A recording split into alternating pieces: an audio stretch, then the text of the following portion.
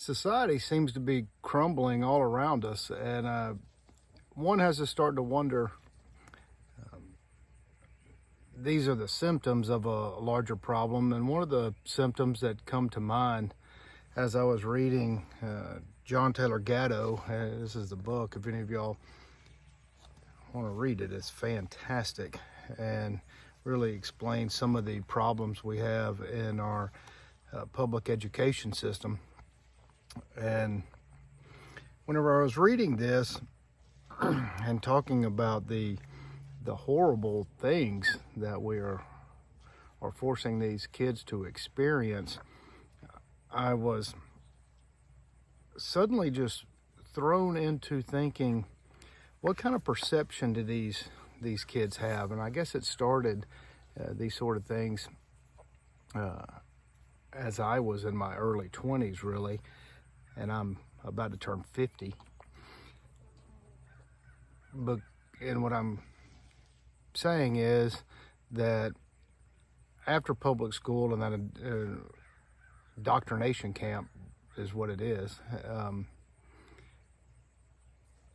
from the time we are born, shortly thereafter we go through these things, and then we're in our early 20s, and then most of us have aging grandparents, and these grandparents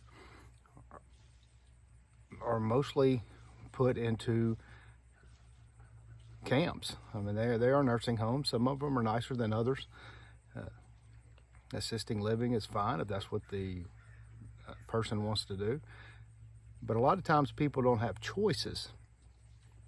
Parents get older, and because most parents are two-income families, or they are single and they don't have the ability to take care of their parents, and we have lost sight of a lot of community. So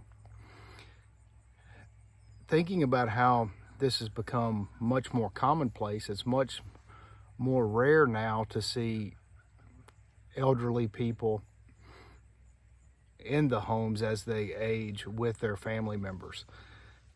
And so part of the problem, as I see it and we see it here, is that we have these children, and a horrible disservice to them by categorizing them in certain groups and age groups, and did you do better on this test, you get to go in this different class, and these sorts of things. There is not a lot of intermingling with a whole variety of ages, and the importance of the elderly in the young's life is vital. It has always been vital. The wisdom that they have gained is being, the way the society has been structured is to prevent the wisdom that they've gained to be passed down to the younger generation, and for them to grow in wisdom at an early age, and which has been the case since the beginning of man, as far as we know it, recorded human history, even as late as 100 years ago, that children were considered adults in their mid-teens. Now we don't even consider somebody grown up until they're 20 years old or out of college or soon after, and then they go through this life of trying to be something that they think they want to be, consumerism and getting ahead at work, all of that. Getting ahead at work, if it's something you love, that's wonderful. But then you come to the end of your life, and then you go into some place with strangers, and you don't get to see the most important things, which are your offspring, the people that need you the most. And that is a horrible, horrible thing, that we're further indoctrinating these kids to see and believe that is the natural way of life. and it is the most unnatural way of life. At 50, almost 50, a few months shy, I have never had children. I have had several basically adopted teenagers that I took in, but that's not the same as having actual children. I understand that, but when you do decide to have children, it's unfortunate that the vast majority don't plan for the education. They just most people believe that, well, if I have children, well, obviously, of course, they will just go to public schools, or I make enough income where I can put them into a private school. And most private schools are just a mirror of public schools and their curriculum, and those, and it's really a shame. And I say it's a shame for a couple of reasons, and I'd like to just touch on a couple of things that John Taylor Gatto, who was a almost 30-year veteran of teachers, wide variety of experience, and just a unbelievable thinker. And he has some interviews. I think you can still find them on YouTube. I'll put them in the description below if I can find them. But either way, just get his books, John Taylor Gatto. They're just fantastic. And part of what he wrote was when he was in class with these kids that his main thing to teach was confusion. It's confusion because everything is out of context. Nothing is pointed or connected together. Everything is memorization. And history is not made vibrant. It's not made the way things are is because of history. And if you do not know history, of course, we're doomed to repeat history. And history is fascinating. And when I was in school, it was made to be the boringest thing ever. And of course, I found out on my own, and most people do. When they are curious about things and want to learn, they go do it on their own. And he was talking about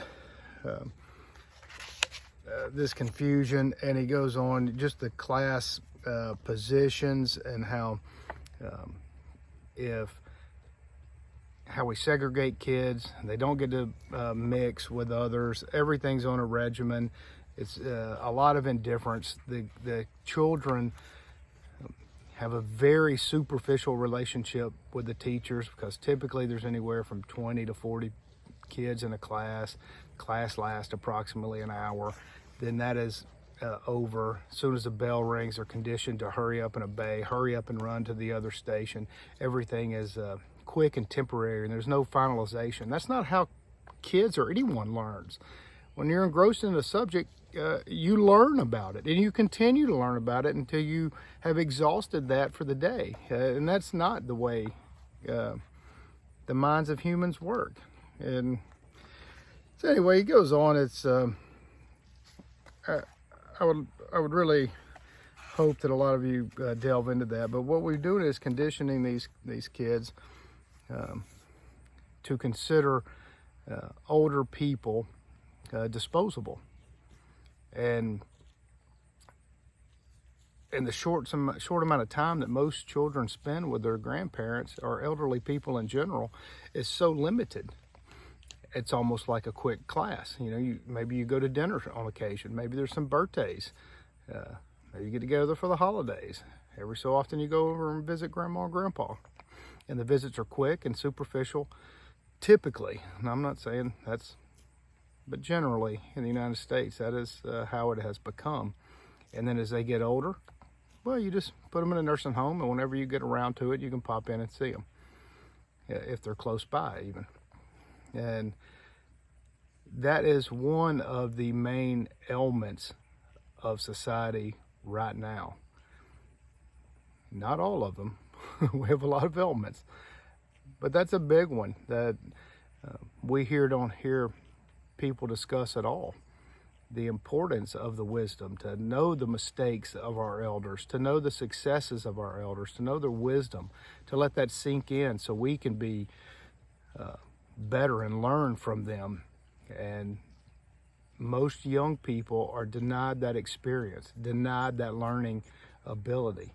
And I would hope that if people have, you as an individual, you have the opportunity, the ability, the resources to take care of your elderly parents, and you have children, by all means, it's incumbent upon you to do so for their benefit and yours too. It's so rewarding, no matter really what the relationship, whether it was good, indifferent, or even ugly.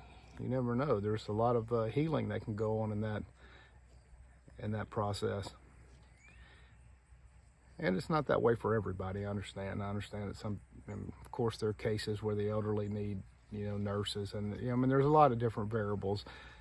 But for the most part, the elders are just put in nursing homes and discarded.